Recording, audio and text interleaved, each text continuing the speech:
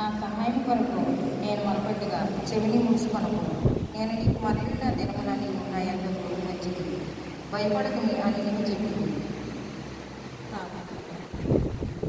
మహాపరిశుద్ధుడైన ప్రేమల తండ్రి, నీ బంగారు తెలివైన భక్తి, ఇదిగో నాయన 34 దినమున ప్రభా, నాయన ప్రభా భయపడకుము, దేవుడే నీకు సహాయము అని చెప్పావు తండ్రి. ఈరోజు ఆయన నీ వాగ్దానం ప్రభా, యేసయ్య నీకు నా తండ్రి. ఇదిగో ప్రభా, చేరి వచ్చిన బిడ్డలందరూ దీవించండి ప్రభు. నాయన నాకు 34 రోజులు ప్రభా, నువ్వు మా అందరినీ సజీవంగా నీ శరీరంలో కూర్చొని పెట్టడానికి నీకు వందనాలు ప్రభా.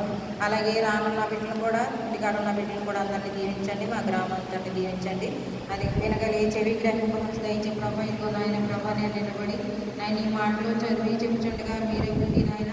నా నాలుగు నుండి ప్రభా, నేనేం చెప్పేది మీరే చెప్పి నాయన సహాయం చేయమని, ఎటువంటి సాతాను ఆటంకాలు లేకుండా కలిగి చేయమని, నీ సహాయం అనుగ్రహించమని యేసు నామములో అడిగి వేడుకుంటున్నాను తండ్రి.